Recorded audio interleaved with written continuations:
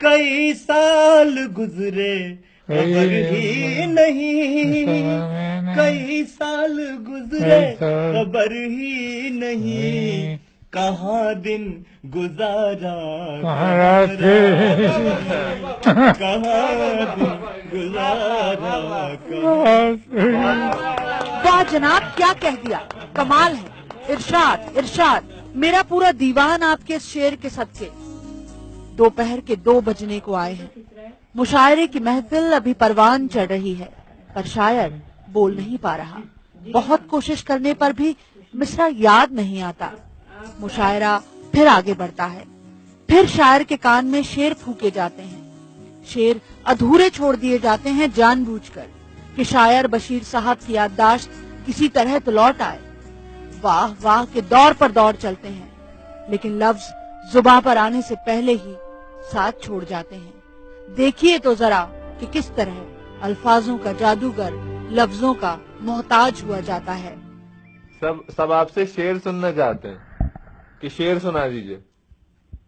وہ لوگ ٹوٹ جاتے ہیں ایک گھر بنانے میں، لوگ ٹوٹ جاتے ہیں ایک گھر بنانے میں، تم ترس نہیں کھاتے بستیاں جلانے میں۔ جی 60 سال جنہوں نے مشاعروں میں صرف داد ہی لوٹی ہو، گم ہوتی یادداشت کے بیچ بھی اپنے ہی شعروں کو سن کر بشیر صاحب کی خوشی آنکھوں میں اتر آتی ہے۔ اجالے اپنی یادوں کے ہمارے ساتھ رہنے دو، نہ جانے کس گلی میں زندگی سے کیا ہو جائے۔ وہ زور زور سے ہنستے ہیں، خود شعر نہیں کہہ پاتے، لیکن موسیقی میں اپنے شعر سن کر ارشاد کہتے ہیں۔ پھر گھنٹے 2 گھنٹے چلا یہ مشاعرہ ملتوی ہو جاتا ہے، اور سنہری یادوں میں کھوئے بشیر صاحب جاگی آنکھوں میں ہی نیند کے حوالے ہو جاتے ہیں۔ محبت ایک خوشبو ہے، ہمیشہ ساتھ چلتی ہے، کوئی انسان تنہائی میں بھی تنہا نہیں رہتا۔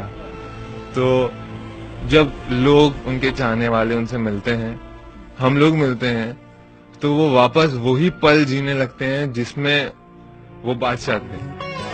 بھوپال کے عیدگاہ ہلز علاقے میں بشیر صاحب کا یہ آشیانہ وہ در کہ جہاں ایک مدت تک لوگوں کا میلہ لگا رہتا تھا، اس گھر میں اب صرف تنہائی دستک دیتی ہے۔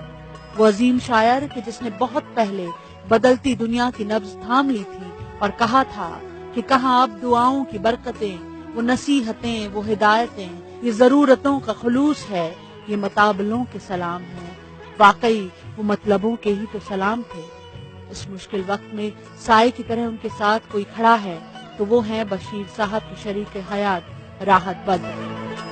کیونکہ میاں بیوی کا، ہسبینڈ وائف کا رشتہ ایسا ہوتا ہے کہ جس میں اگر آپ نے اس وقت میں ساتھ دیا ہے تو آپ واقعی صحیح بیٹر ہاف ہیں۔ جس نے عمر کی لمبی پاری ایک کامیاب شاعر کے طور پر گزاری ہو، مشاعرے لوٹے ہوں، وہ ذہن سے اترتے شعروں کے ساتھ پھر منچ پر نہیں جانا چاہتا تھا۔ بشیر صاحب کی ادبی محفلوں سے دوری کی شروعات اسی طرح سے ہوئی۔ 100 خلوص باتوں میں، سب کرم خیالوں میں، بس ذرا وفا کم ہے تیرے شہر والوں میں۔ لیکن افسوس اتنا ہے کہ جتنی تیزی سے ڈیمینشیا نے ان کی یادداشت چھینی، اس سے دگنی تیزی سے لوگوں نے انہیں بسرا دیا۔